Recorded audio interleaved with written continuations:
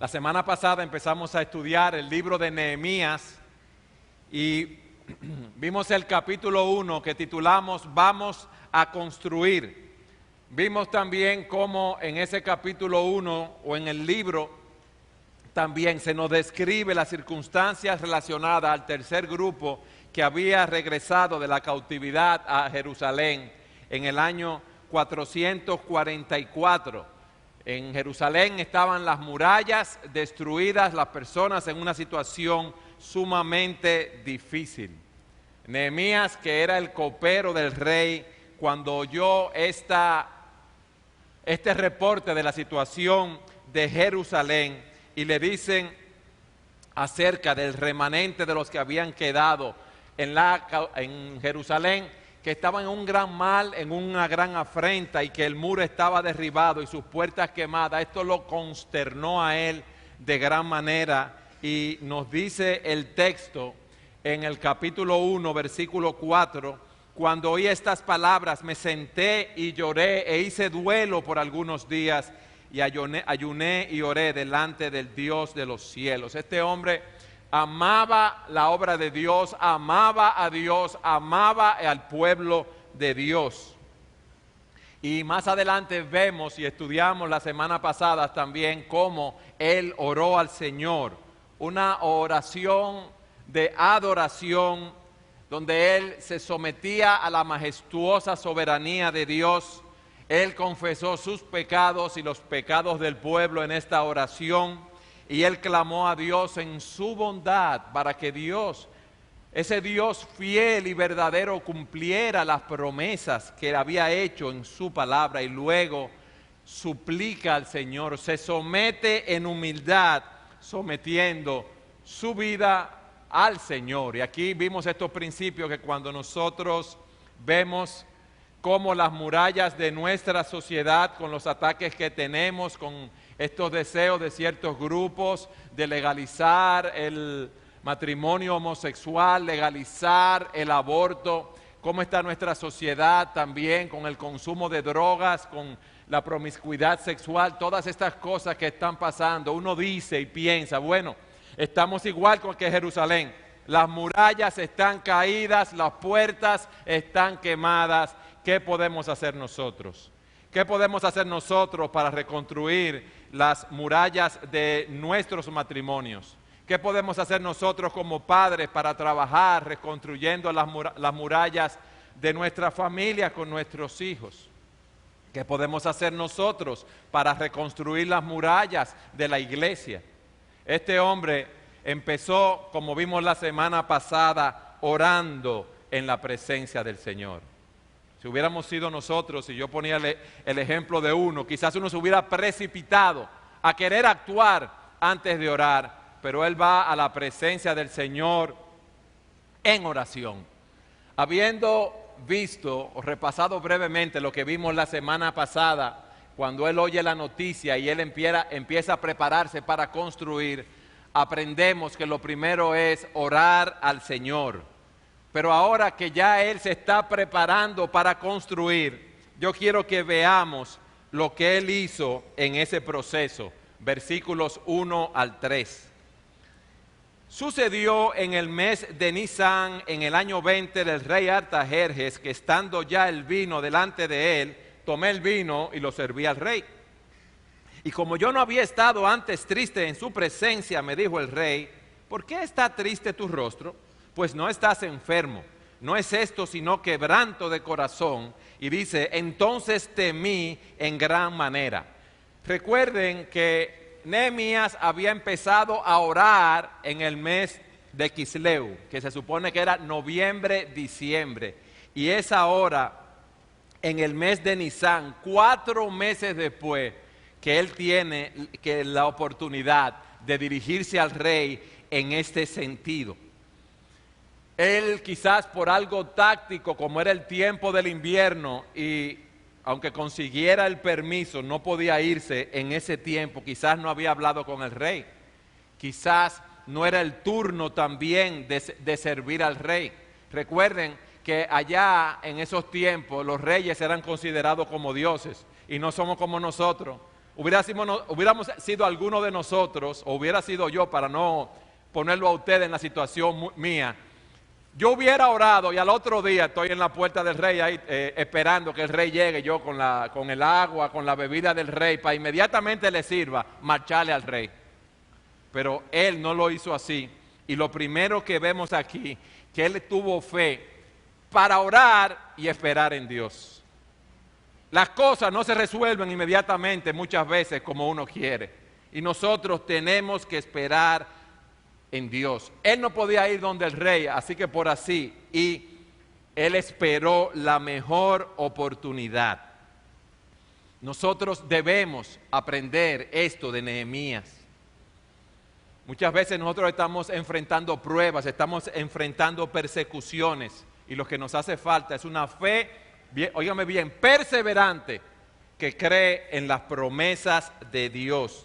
Mediante la fe y la paciencia se heredan las promesas. Y puede que usted haya salido de aquí muy animado, orando y esperando que lo suyo se va a resolver de una vez. Pero miren cómo él esperó 4 meses. Y dice la Escritura en Isaías, el que creyere no se apresure. El que creyere no va a ser perturbado, el que creyere no va a ser defraudado, el que creyere no va a ser avergonzado. ¿Y por qué queremos destacar como primer punto esta espera de Nehemías? Porque la verdadera fe trae calma al corazón. Óyeme bien, la verdadera fe trae calma al corazón y nos ayuda, nos lleva a depender de Dios y no tratar de resolver en nuestras propias fuerzas lo que solamente Dios puede resolver. Porque esto es una lucha espiritual, esto no es una lucha en la carne. Y muchas veces uno se siente como los israelitas cuando estaban frente al Mar Rojo y el ejército egipcio detrás. ¿Qué le dice Moisés a los israelitas? No temáis, estad firmes y ved la salvación que Jehová hará hoy con vosotros. Nosotros debemos esperar en Dios en oración, como Él lo hizo. El Salmo 46 dice, aunque se traspasen los montes a la mar, aunque la tierra tiemble, ¿qué debemos hacer nosotros? Dice en el versículo 10, estad quietos y conoced que yo soy Dios. Cuando tú estás esperando en Dios en oración, porque hay algún tipo de problema, tú no estás perdiendo el tiempo. Tú estás invirtiendo el tiempo porque Dios está preparándote a ti y tus circunstancias para que sus propósitos sean cumplidos. Óyeme bien, los propósitos de Dios, no tus propósitos. Lo que Dios quiere hacer en tu vida para glorificar el nombre de Cristo, no lo que tú quieres hacer. Y yo me imagino a Nehemías todos los días orando, Señor, que hoy sea el día que pueda hablar al rey de mis planes. Señor, ábreme puertas. Señor, ayúdame, ábreme el camino. Ya que él no podía hablar al rey cuando él le pareciera. Y entonces llegó el momento. Dice el texto, que estando ya el vino delante de él, tomé el vino y lo serví al rey. Recuerden que el copero probaba las bebidas que el rey iba a tomar para evitar que lo envenenaran, como vimos la semana pasada. Pero ¿qué pasa?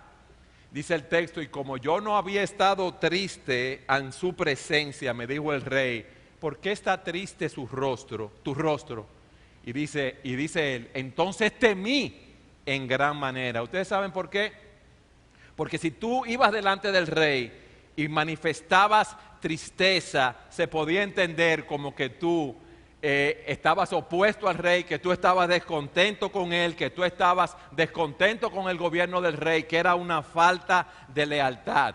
En teoría, y lo pongo entre comillas, el rey quería supuestamente que todos sus súbditos fueran felices, porque eso reflejaba el bienestar que producía su gobierno. Por eso dice el texto, y cuando el rey le hizo esa pregunta a Nehemías, entonces temí en gran manera, porque él sabía que si el rey se disgustaba, le podía costar la vida.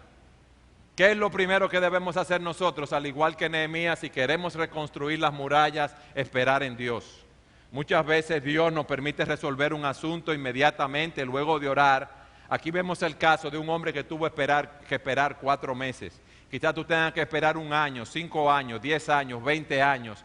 por lo que debemos estar preparados para construir. Y si queremos construir, debemos prepararnos para orar a Dios y esperar en Él. El rey le hace la pregunta, ¿y qué le responde Nehemías? Y dije al rey, para siempre viva el rey. ¿Cómo no estará triste mi rostro cuando la ciudad, casa de los sepulcros de mis padres, está desierta y sus puertas consumidas por el fuego? Me dijo el rey, versículo 4, ¿qué cosa pides? Entonces oré al Dios de los cielos y dije al rey, si le place al rey y tu siervo ha hallado gracia delante de ti, envíame a Judá, a la ciudad de los sepulcros de mis padres, y la reedificaré. Fíjense cómo él presenta su causa, con sabiduría. Lo primero que él le dice, para siempre vive el rey. Con eso, ¿qué está haciendo? Manifestándole al rey su lealtad. Con eso le está diciendo que él no tiene ningún problema de descontento. Con eso no está cumpliendo con un formalismo, porque si vemos la vida de Nehemías, era un hombre íntegro y sincero. Y él, lo más seguro, como lo vemos, es que era leal al rey y él quería el bienestar del rey. Él era leal. Pero lo segundo que vemos aquí, cuando él presenta su causa, es su sabiduría. Si a ti el rey te pregunta, ¿por qué estás triste? Rey, ¿por qué yo estoy triste? ¿Qué tú le vas a responder? Miren lo que le responde él. ¿Cómo no estará triste mi rostro cuando la ciudad, casa de los sepulcros de mis padres, está desierta y sus puertas consumidas por el fuego? Él le expresa de una manera directa su preocupación y la tristeza al rey. Y dice la ciudad, sepulcro de mis padres. Óyeme bien. Él no le dice la ciudad de Jerusalén, no, la ciudad, casa de los sepulcros de mi padre está desierta. Un sepulcro es un lugar donde se le muestra respeto a los muertos de una comunidad. Todos nosotros tenemos respeto por nuestros ancestros. El rey también tenía respeto por sus antepasados. Las personas se entierran en nichos familiares, en nichos donde están todos los miembros de la familia que han muerto. Él le presenta eso al rey y dice, y las puertas de la ciudad de mis padres, donde ellos están enterrados, están consumidas por el fuego. Recuerden que en la puerta de una ciudad se hacía la vida social y política, comercial de esa ciudad. Entonces, si las puertas de la ciudad estaban quemadas por el fuego, quería decir que esa ciudad estaba muerta, o sea, el fin de la vida de esa comunidad de personas. Cuando él le habla así y le plantea la situación desde un punto de vista personal, ¿ustedes saben lo que hace el rey? Baja la guardia. Él lo entendió. Él le habló al rey con sabiduría porque le habló en un lenguaje que el rey entendía. Él le habló en consonancia con los valores de ese gobernante, porque el rey respetaba también el sepulcro de los muertos. Y para hablarle, tomó en cuenta los sentimientos del monarca. Óyame bien, tomó en cuenta los sentimientos del monarca, le habló de algo que él entendía. No le habló en palabras etéreas o asuntos religiosos que quizás el rey en ese momento no iba a entender. Él le habló con sabiduría. Pero fíjense lo que dice entonces el versículo 4. Me dijo el rey, ¿qué cosa pides? Si fuera a ti que tú tienes un plan, tú tienes un problema en tu empresa y te dice alguien que tú vas al banco a buscar un dinero, ok, ¿cuál es tu plan para tú rescatar la empresa de la situación donde está o para añadir esa nueva línea de producción? Tú no le vas a decir al banquero, no, yo me voy a fajar a trabajar, yo voy a hacer esto, yo voy a hacer aquello, yo voy a hacer lo otro, no. En el banco te dicen, ven, dame tu plan de negocio. Dame tu plan de negocio, dime lo que tú vas a hacer con la empresa, dime lo que tú vas a hacer en la venta, lo que tú vas a hacer en la producción, lo que tú vas a hacer con la finanza, lo que tú vas a hacer con la compra, lo que tú vas a hacer con la producción. Te lo piden. No, aquí no es teoría, aquí no es mucho deseo. Ay, sí, yo quiero trabajar con mi familia, yo quiero reconstruir mi matrimonio, yo voy a tomar ese curso de la encuesta de Juntos y Unidos y yo voy a trabajar en mi matrimonio. No, tú tienes que saber que vas a tomar una encuesta, te va a llegar un resultado, pero ese resultado tú tienes que trabajar con los asuntos que están ahí. Tú tienes que tener un plan detallado de lo que vas a hacer. Nosotros andamos por la vida muchas veces sin planes o con cosas muy generales y nunca aterrizamos, no ponemos la cosa, lo que vamos a hacer con nuestros hijos. Ok, hay tal o cual problema con mi hijo, con mi hija, vamos a trabajarlo de esta manera. Vamos a hablar con los profesores del colegio. Vamos nosotros a enfocarnos en trabajar en tal o cual área. Eduardo, ¿y dónde tú sacas eso? Porque en Nehemías no se habla todas esas cosas, porque dice que ¿qué cosa pides? Entonces oré al rey de los cielos y dije al rey, si le place al rey y tu siervo ha hallado gracia delante de ti. Y ahí él empieza a decirle al rey lo que él va a hacer. Pero fíjense cómo lo primero que él hace es orar al Dios de los cielos. Cómo la vida de Nehemías estaba permeada de oración. Él no dijo al rey, espérate, déjame orar un ratico aquí. El rey, yo quiero esto. No, él oró ahí mismo en lo que estaba hablando con el rey.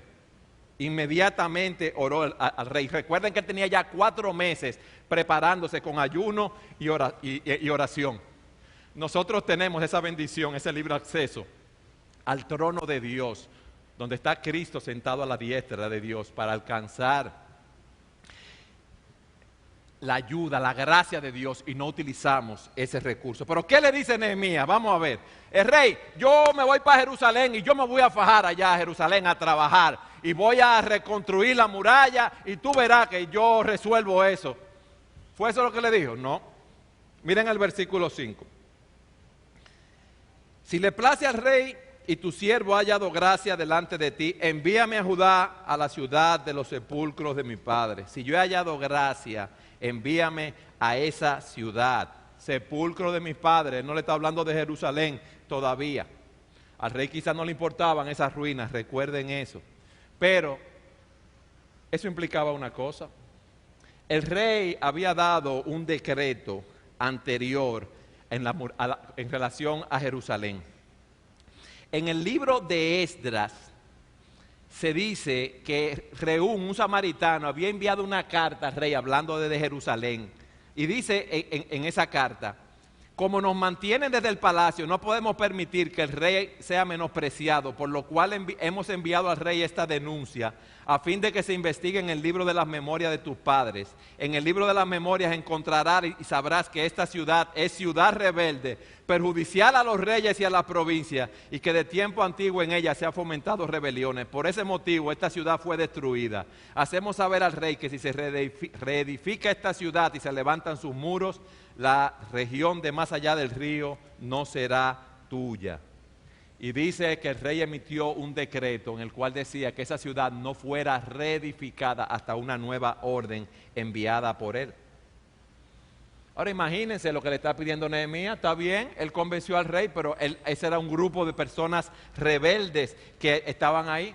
Él pudo haber pensado, mira, va a preparar un complot contra mí. Pero Nehemías expuso su causa delante del rey. Pero miren lo que le dice el rey. ¿Cuánto durará tu viaje? ¿Cuánto durará tu viaje? ¿Cuándo tú vas a volver? Y Nehemías tenía entonces sus planes hechos. Pero Eduardo, yo no veo tantas cosas ahí.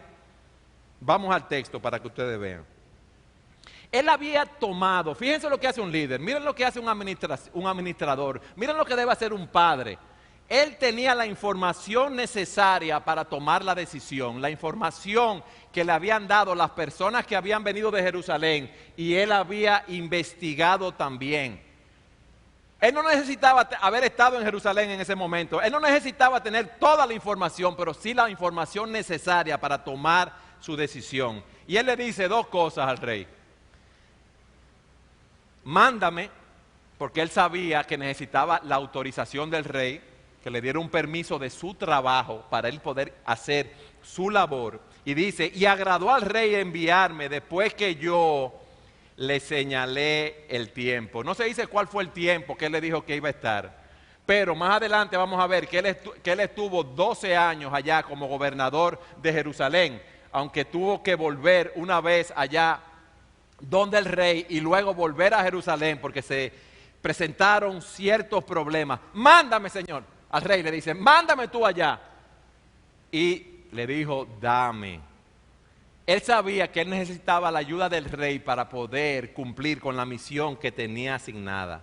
Además dije al rey, si le place al rey que me dé cartas para los gobernadores al otro lado del río, para que me franqueen el paso hasta que llegue a Judá.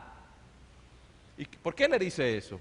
O porque él sabía que si se iba sin una carta del rey, sin autorización, esos gobernadores del otro lado del río iban a detener la obra que él iba a hacer, así como habían detenido la obra de Esdras. Y él no quería que esa historia se repitiese. Él quería garantizar su paso por allí. Él quería garantizar su seguridad física. Él quería garantizar su hospedaje. Y miren lo segundo que él le pide. Carta para Asaf, guarda del rey, para que me dé madera para enmaderar, ¿qué? Él sabía que había que enmaderar la puerta del palacio de la casa, el muro de la ciudad y la casa donde yo voy a estar. Él sabía lo que él iba, él no estaba inventando. Él no estaba tirando tiro a lo loco, él estaba apuntando con la información que tenía, y cuando el rey le pregunta, él no empieza a improvisar. No es como nosotros, no, yo me voy con el poder del Señor y el Señor me guiará en el camino. Muy bien, pero él no lo hizo así. Nosotros queremos regir nuestras vidas al azar, sin planificar, sin cumplir con nuestra responsabilidad. Y eso no fue lo que hizo Nehemías. Carta para Asaf, guarda del bosque. ¿Por qué? O porque él necesitaba materiales para construir. Él había hecho un estudio de lo que tenía que reparar, del material que iba a necesitar y dónde iba a conseguir ese material para ese proyecto de reconstrucción. Yo necesito madera. Y ahí está un bosque. Y él sabía hasta el nombre del hombre que estaba cuidando el bosque del rey. ¿Cómo se llamaba? Asaf.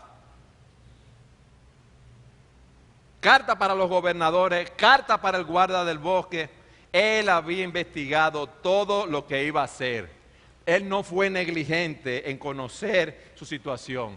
Él había hecho sus cálculos de lo que iba a necesitar físicamente, y también seguro que él hizo el cálculo del costo que él tendría que pagar por llevar adelante ese proyecto. Ay, Eduardo, eso sí no me gustó. El costo que tendría que pagar para llevar adelante ese proyecto. Él era el copero del rey. Un hombre de un poder, imagínense que lo trataban como un dios. Imagínense al presidente de la nación más poderosa del mundo, que llega a una actividad y se sienta a un banquete, a una cena, a lo que sea. Y usted ha visto a los detectives del servicio secreto, a la seguridad de los presidentes. Llegó el 01, el que sé yo cuánto, el que sé yo qué, empiezan a hablar de una vez con la manga que tienen un micrófono o algo así. Ahí llegaban a esas actividades todos esos generales, todos esos reyes, pero quien estaba ahí para servirle el agua, el vino al rey, era él. Él tenía, recuerden como vimos la semana pasada, una vida sin problemas en el sentido económicamente, en cuanto a su empleo, en cuanto a su seguridad, estaba estable. Y él, cuando oyó lo de Jerusalén, quiso salir y sabía el costo que iba a pagar, porque fíjense lo que le pide al rey, salvaguarda para poder pasar por esos sitios. Y como vamos a ver, él iba a enfrentar muchísimos enemigos. Si nosotros queremos reconstruir las murallas de nuestras vidas, de nuestras familias, de nuestros matrimonios, de la sociedad, debemos saber que hay un precio el cual debemos pagar. Y él estuvo dispuesto a pagarlo. ¿Tú estás dispuesto a pagarlo? Fue muy bonito oír el mensaje, ay sí, yo voy a planificar y ya, y todo muy bien. No, hay un costo que tenemos que pagar. Y después que presenta todo eso, fíjense lo que dice. Y me lo concedió el rey según la benéfica mano de mi Dios sobre mí. Él hizo todo lo que estaba a su alcance, su responsabilidad, pero confió en que Dios, el Dios de los cielos, el Dios soberano, había inclinado el corazón del rey.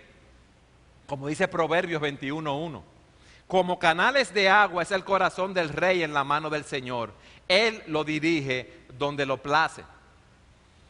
Oye, pero es un rey muy poderoso, un hombre que mandaba matar, que hacía y deshacía, sí, pero Dios reina y reinaba sobre él.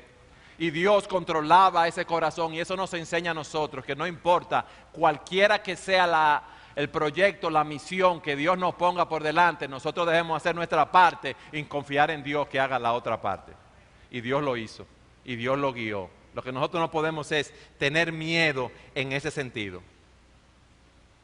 Recuerden cómo José, cómo Daniel, cómo Nehemías servían a personas que no eran creyentes y cómo Dios obró en el corazón de esas personas, óyeme bien, y cambió su corazón para que se hiciera la obra de Dios. Ahora es maravilloso cómo Dios en su providencia, esa mano invisible de Dios, va conjugando diferentes situaciones y diferentes sentimientos. Miren lo que pasó. Dios mueve el corazón del rey. El rey se identifica con Nehemías. Nehemías tuvo sabiduría para hablar con el rey. El rey le da permiso para ir a reconstruir la muralla. Hasta ahí estamos bien, ¿verdad? Eso es lo que estamos viendo. Pero hay un autor que dice, de apellido Barber, en un comentario de Nehemías, cómo la situación política en ese momento actuó a favor de Nehemías. Y él dice lo siguiente: ¿por qué dejó ir Artajerjes a Nehemías? Dice que el vicegobernador de Siria, recuerden que Artajerjes era el rey en Persia. El vicegobernador de Siria era un hombre llamado Megavirus, quien se había rebelado contra el rey. Esa rebelión había sido sofocada, pero ese hombre mantuvo su posición en Siria. Y entonces, ¿qué sucede? A Artajerjes le convenía tener un gobernador leal en Judá. ¿Por qué? Porque aquí estaban los persas, ¿verdad? Aquí estaban los sirios y aquí estaba Egipto y Judá estaba en el medio, vamos a decirlo así. Y a Artajerjes le convenía tener en Judá un gobernador que fuera fiel, de manera que eso hacía más difícil la alianza entre Egipto y entre Siria. Si eso era así, yo doy gloria a Dios de cómo la mano de Dios está guiando todas las cosas y nosotros no las vemos. Hermanos, lo que tú menos te imaginas está pasando en el corazón de la otra persona ahí. Y Nehemías dice, reconoce la providencia de Dios y dice, y me lo concedió el rey, repito, según la benéfica mano de mi Dios sobre mí. Si tú hubieras salido de esa reunión donde el rey, ¿qué te hubiera dicho? Oye, Eduardo, qué verdugo tú eres, qué verbo, le comiste el cerebro al rey. Te dejó de una vez, mira, le dijiste 3 palabritas, tú eres lo máximo. Tú hubieras dicho, la benéfica mano de Dios tuvo sobre mí. Quizás no lo hubiéramos dicho. Oye, conseguí lo que yo quería, yo sabía que Él me iba a complacer a mí. No, Dios, Él vio la mano de Dios obrando aquí. ¿Qué debemos hacer nosotros? Orar, planificar cómo glorificar el nombre de Dios en nuestra situación y esperar en Dios que Él va a obrar conforme a su plan eterno. Hermano, no tengamos miedo, Jehová está con nosotros. El Señor manda a los discípulos a ministrar, a hacer su obra y le da primero la autoridad que necesitaban para hacer el trabajo y les prometió que iba a suplir sus necesidades, como dice Mateo 10 del 1 al 15. Así cuando nosotros estamos haciendo la obra de Dios, mis amados, así cuando nosotros estamos ministrando la palabra, así cuando nosotros estamos haciendo lo que tenemos que hacer para glorificar el nombre de Dios, Jesucristo está con nosotros. Y he aquí, yo estoy con vosotros todos los días hasta el fin del mundo. Pero toda autoridad nos es dada por el Señor a nosotros, hermanos. Ustedes ven nuestra falta de fe. Eso es lo que nos falta a nosotros, fe. Fe para prepararnos para construir. La fe que tuvo este hombre para esperar en Dios. La fe que tuvo este hombre para presentar su causa con sabiduría. La fe que tuvo este hombre para planificar. Nosotros nos llenamos del miedo y pensamos en términos humanos, vemos las cosas a nivel horizontal. No, yo no puedo salir de esta situación, yo no lo voy a hablar, pero tú tienes que hacer tu parte y cumplir con lo que Dios te manda.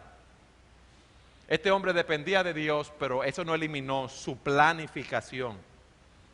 Ese hombre se sujetó a la autoridad del rey. Rey, dame la autorización. Rey, mándame. Pero yo necesito esto cuando tú me mandes. Y eso fue lo que él le dijo. Ahora, tú puedes decir, no, pero yo hago eso. Yo espero en Dios en oración. Yo trato de presentar mi causa con sabiduría. Yo trato de planificar. Qué bueno que tú haces eso. Pero ¿tú sabes cuál es tu problema? Que te quedas ahí y no actúas. Te quedas en teoría. Un teórico Ustedes han visto esas personas en los colmados. Tú vas a un colmado y ahí hay siempre 5, 6, 8, 10 teóricos. Te resuelven los problemas económicos del país, los problemas políticos. Si el presidente hiciera lo que yo digo, entonces se resuelve. Pero ellos están teorizando en el colmado, ellos no hacen nada, no trabajan, no dan un golpe. Se pasan ahí el día entero jugando dominó, bebiendo cerveza, cosas así. ¿Qué hizo Nehemías? Versículo 9. Vine luego a los gobernadores del otro lado del río y le di las cartas del rey. Y el rey envió conmigo capitanes del ejército y gente de a caballo. Él actuó, él puso manos a la obra. Es verdad que tuvo que esperar 4 o 5 meses orando, ayunando para poder abordar al rey, pero tan pronto tuvo el permiso, tan pronto tuvo el curso de acción, él actuó. Y no se nos dan detalles del viaje, pero se nos dice que él iba con una escolta. Y que cuando esa caravana llegó al lugar donde iban, eso llamó la atención. Y llamó la atención de aquellos que odiaban a los judíos. Porque como vamos a ver en estos mensajes, él tuvo que enfrentar oposición externa, tuvo que enfrentar oposición interna. Miren lo que dice el versículo 10. Pero oyéndolo Sanbalat, Horonita y Tobías el siervo amonita, les disgustó en extremo que viniese alguno para procurar el bien de los hijos de Israel. 3 enemigos que vamos a ver más adelante: Sanbalat, Tobías y Gesén el árabe. Él arrancó, hace su proyecto de una vez. El cuarto principio que vemos, él actuó. Pero fíjense que nos dice el texto en el versículo 11: llegué a Jerusalén y después de estar allí 3 días, se puso en acción. Él fue con su comitiva, pasó por los sitios donde tenía que pasar, dio las cartas que tenía que dar y llega a Jerusalén. Y dura en Jerusalén, está allí 3 días. Fíjense, él llega allí como el gobernador de Judá. Él había dejado la seguridad del palacio para ir a gobernar una ciudad que estaba en ruina. Él tenía un proyecto sumamente difícil, un proyecto titánico que tenía que llevar a cabo, porque fíjense lo siguiente: la ciudad de Jerusalén tenía de 2.4 a 4 kilómetros la muralla, la ciudad en su circunferencia, y una buena parte de las murallas estaban derribadas. Fíjense, él no iba a hacer una verja de una casa con bloc de 6 o con bloc de 8 y rellenarlo de concreto, no, eran murallas para defenderse del enemigo. Ya habían pasado 2 proyectos que no habían sido exitosos. Y tenía ahí a un grupo de personas, de trabajadores que estaban desalentados por la situación. Es como cuando tú tienes una empresa que está en problemas económicos. Oye, una deuda de 20 millones de pesos.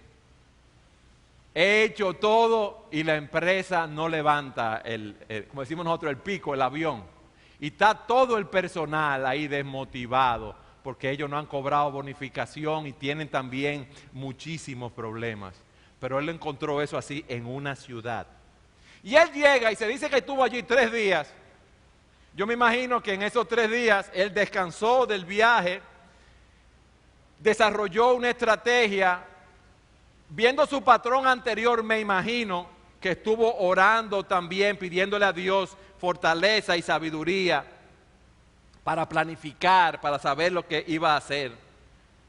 Y entonces, mira lo que dice el versículo 12. Me levanté de noche, yo y unos pocos varones conmigo, y no declaré a hombre alguno lo que Dios había puesto en mi corazón que hiciese en Jerusalén, ni había cabalgadura conmigo, excepto la única en que yo cabalgaba. Y salí de noche por la puerta del valle hacia la fuente del dragón, y él empezó a inspeccionar cuál era la situación. Recuerden que él tuvo información de lo que le habían dado. Ahora él quería verificar si esa información que él le habían dado era así, para él tener más elementos para poder tomar una decisión. 3 días y en el tercer día sale en la noche a inspeccionar la muralla. Ahora imagínate que eres tú. Te nombran en un puesto, gobernador de Judá, llegas tú a Jerusalén Y tú no vas a estar calladito. No, aquí llegó el que más sabe. No se preocupen, ya llegué yo. Yo me imagino con una comitiva como tú llegas, haciendo mucho bulto como nos gusta a nosotros los dominicanos. Hacer bulto para los que nos oyen fuera es llamar mucho la atención. Y inmediatamente, si fuera tú o yo, ok Jerusalén, dígame quiénes son los líderes aquí, los líderes políticos, los líderes aquí. Vamos a empezar a hacer amarre de una vez. No es así que nosotros funcionamos. O yo soy el único que funciona así. ¿Quiénes son los jefes? Para yo ponerme en buena con ellos y empezar a repartir lo de ellos para que ellos me apoyen. ¿No es así que nosotros hacemos? ¿Fue eso lo que hizo Nehemías? ¿Alianza? No. Salió de noche por la puerta del valle hacia la fuente del dragón con poca gente. Observé los muros de Jerusalén que estaban derribados y sus puertas que estaban consumidas por fuego.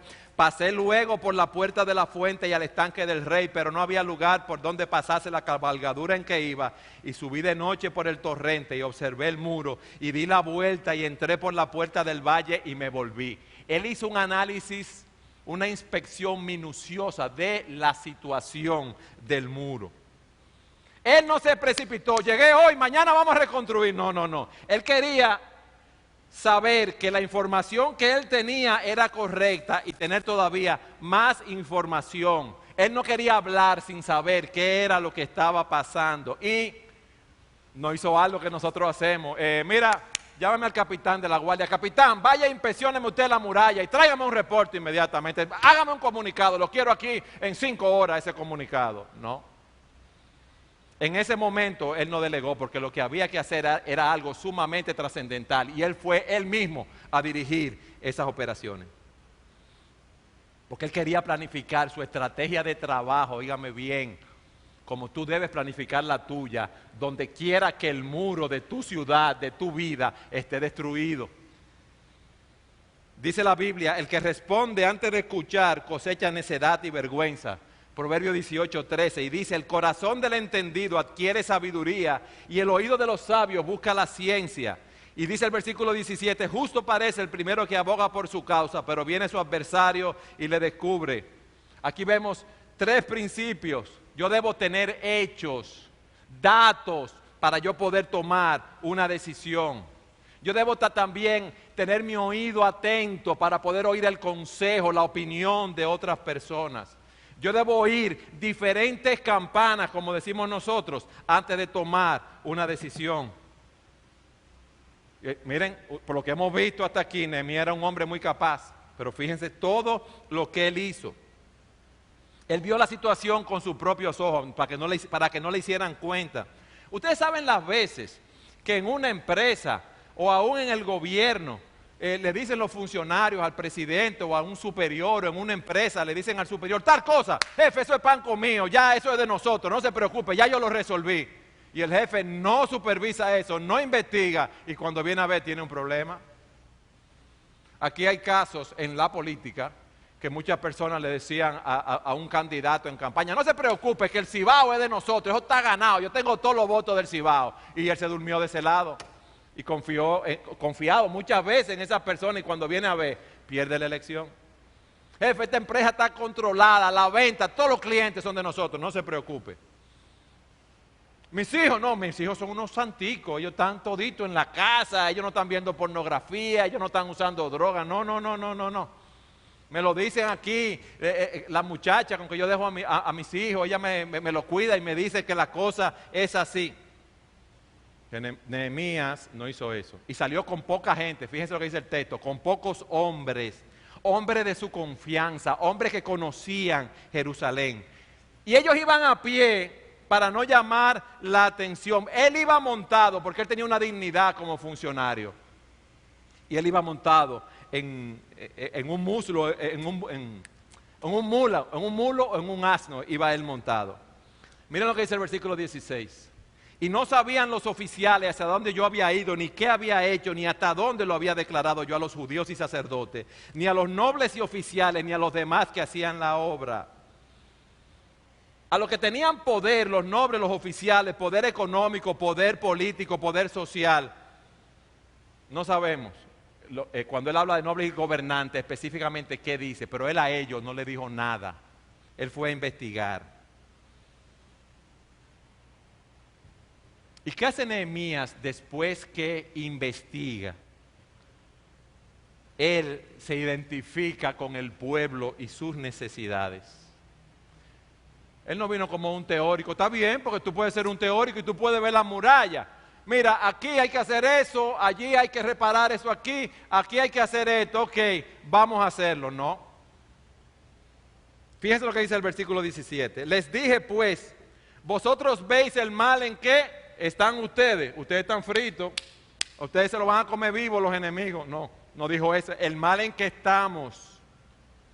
Que Jerusalén está desierta y sus puertas consumidas por el fuego. Venid y edifiquemos en plural.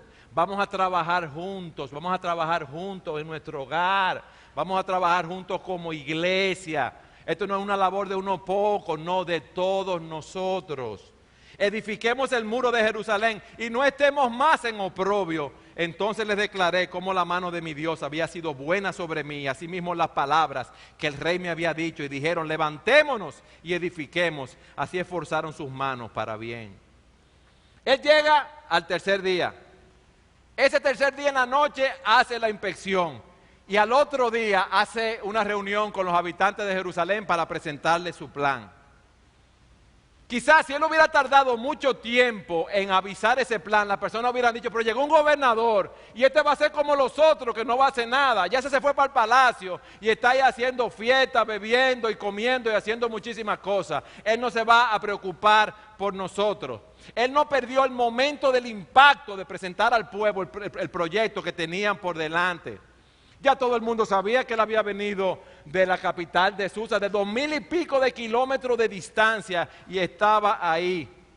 Y él viene y habla con el pueblo, venid, vamos a edificar. Él no le habló como un funcionario persa, él habló como un judío, él habló como un hermano.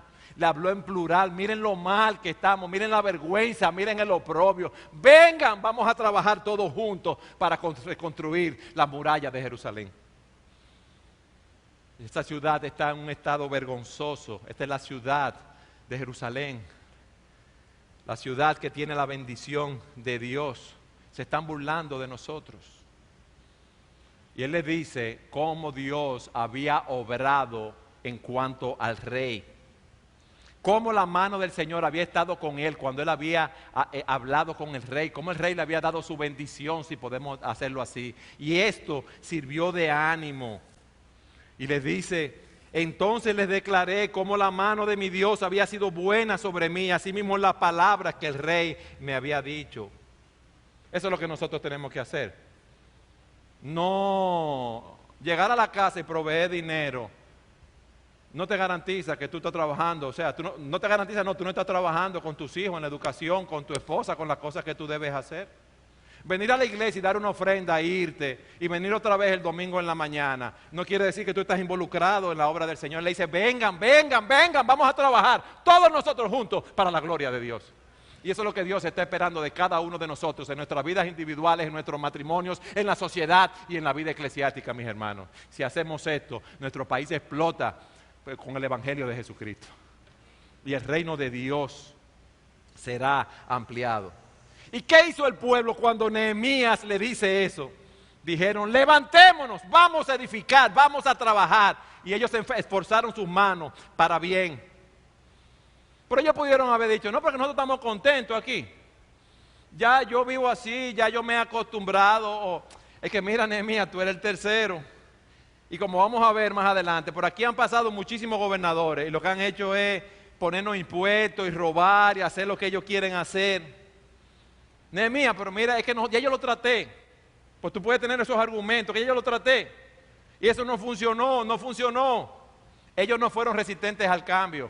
Ellos cooperaron, no tuvieron miedo de enfrentar lo que Nehemías le estaba proponiendo. Ellos no tuvieron miedo de arriesgar sus vidas.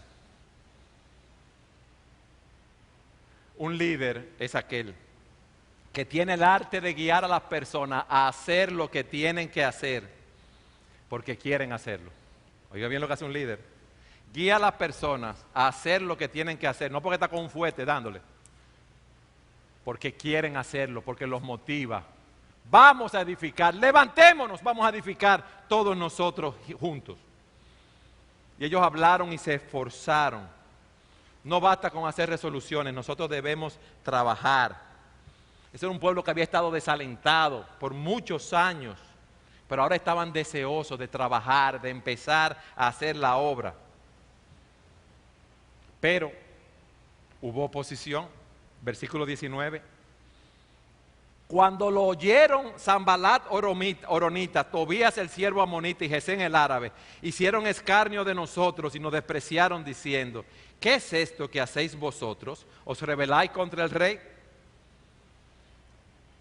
Pues quizás tú puedes pensar, y él llegó y el pueblo lo apoyó, qué bueno, colorín colorado y este cuento se ha acabado, hicieron la muralla y todo muy bien. No. Esos enemigos se oponían a que Jerusalén fuese fortificada. Eduardo, pero son 3 hombres, Sanbalat, Tobías y Gesén. Sanbalat era el gobernador de Samaria. Tobías era un oficial que venía de una familia amonita que había estado en el poder.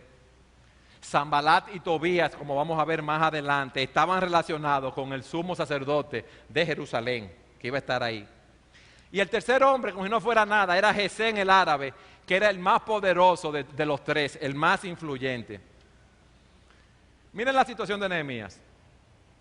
La ciudad tenía al norte a Samaria y eran hostiles hacia ellos. Al este tenían a los moabitas y a los amonitas, y en el sur tenían a Edom, a los edomitas. Moab y Edom estaban gobernadas por Gesén y una liga de tribus árabes. Y vamos a ver cómo lo que hicieron esos hombres en los próximos sermones. O sea, no fue que llegó y encontró una situación fácil, como la situación tuya tampoco quizás es fácil. Y esos hombres ridiculizaron el proyecto, y fíjense el gancho que le tiran, buen dominicano. Pero tú se estás rebelando contra el rey.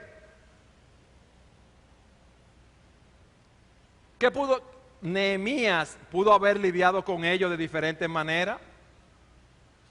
Él lo pudo haber ignorado y haber dicho, mira, esta gente son demasiado fuertes, déjame yo primero amarrar, hacer lo mío, yo no lo voy a hacer caso. Muchas veces lo más sabio es no hacerle caso a personas que vienen a hablarnos necedades, es verdad. Él pudo haber debatido con ellos y se pudo haber puesto, no, porque el rey me mandó, porque yo hice esto, lo otro. No. Miren su respuesta.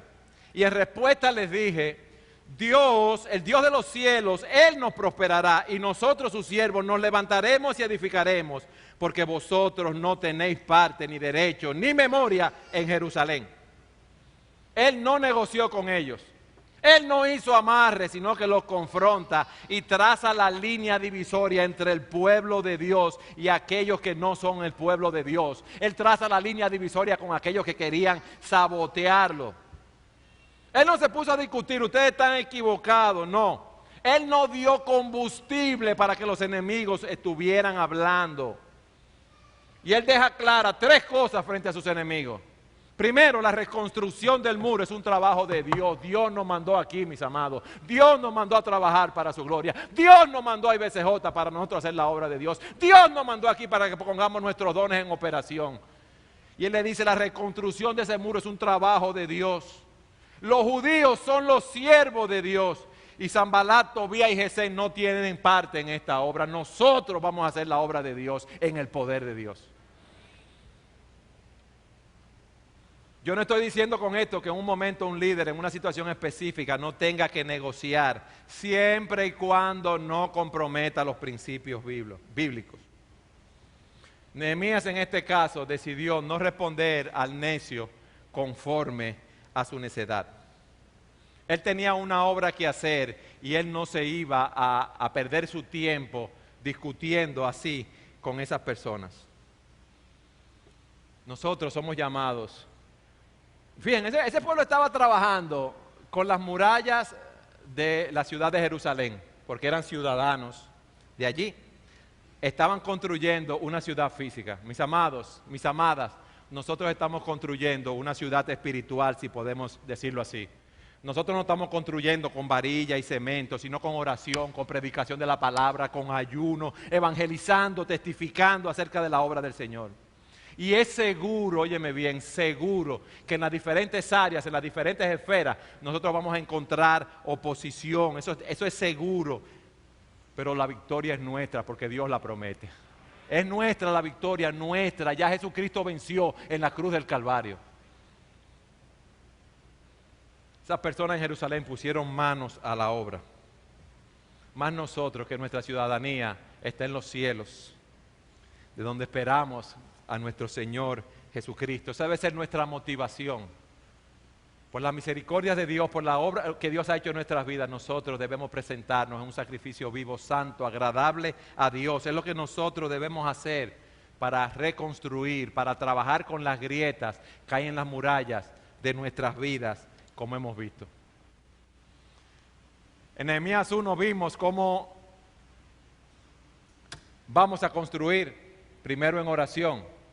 Lo segundo que hemos visto aquí es que debemos prepararnos para construir. Ahora yo te quiero preguntar algo. ¿Qué clase de constructor eres tú? ¿Qué clase de líder eres tú? ¿Tú eres como Nehemías que tenía una carga en su corazón para hacer la obra a la cual Dios lo había llamado? ¿Tú estás dispuesto a sacrificarte, a dejar tus comodidades para servir al Señor, para cumplir con la voluntad de Dios? ¿Tú oras al Señor en la situación en la cual tú te encuentres para que Él te muestre su voluntad? ¿Tú estás esperando en Dios? ¿Tú estás presentando tu causa con sabiduría a aquellos que tienes por delante? ¿Tú estás investigando los hechos antes de trabajar? ¿Tú estás buscando la ayuda de otros como hizo Nehemías o tú quieres hacer la obra tú solo? ¿Qué clase de líder eres tú? Las personas en tu liderato, ¿a quién siguen? Fíjate qué interesante esto. ¿Siguen a Cristo o te siguen a ti? Son dos cosas muy diferentes. ¿A quién siguen las personas? ¿A Jesucristo? ¿Están haciendo su trabajo por amor a Cristo o lo están haciendo por ti? Pero tú también eres un seguidor. Fíjense, él consiguió el permiso del rey, pero él también estuvo en autoridad, pero él era también un seguidor.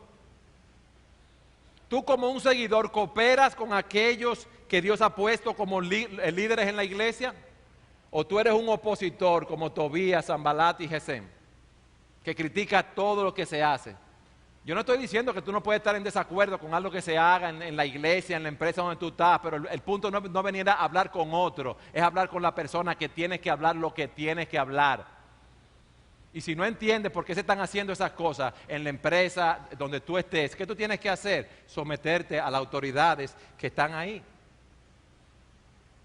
Dios nos llama, y ese es el punto, a ser constructores. Y Dios va a obrar mucho más allá de lo que nosotros esperamos. Él va a responder nuestras oraciones mucho más abundantemente de lo que pedimos o entendemos. Porque Él está trabajando para formar a Cristo en nosotros. Él está trabajando para su gloria. Si en este día algo debe quedar en tu mente, es que para prepararnos para construir debemos esperar en Dios. Debemos presentar nuestra causa con sabiduría. Debemos planificar, conseguir información de lo que vamos a hacer. Debemos actuar, debemos investigar los hechos. Debemos identificarnos con el pueblo de Dios y sus necesidades. ¿Qué tanto tú estás identificado con el pueblo de Dios? ¿Qué tanto tú estás identificado con el rebaño que Dios ha puesto bajo tu cuidado en tu casa, con tu familia, con el grupo de amigos o amigas a quienes tú tienes el deber de predicarles la palabra? ¿Qué tanto tú estás edificando? ¿Para quién tú estás edificando? ¿Tú estás edificando un reino de varilla y cemento? Eso se va a quedar aquí y todo eso va a ser destruido. Vamos a edificar para Dios y para su gloria, de manera que a Él podamos dar toda la gloria ahora y por siempre, a Jesucristo, al Cordero que fue inmolado desde antes de la fundación del mundo por nosotros. Eso es lo que nosotros debemos desear, hermanos. Este es un trabajo espiritual que debemos hacer, pero debemos hacerlo responsablemente, pero dependiendo de Dios, como lo hizo Nehemías, de manera que le demos a Dios toda la gloria y toda la honra.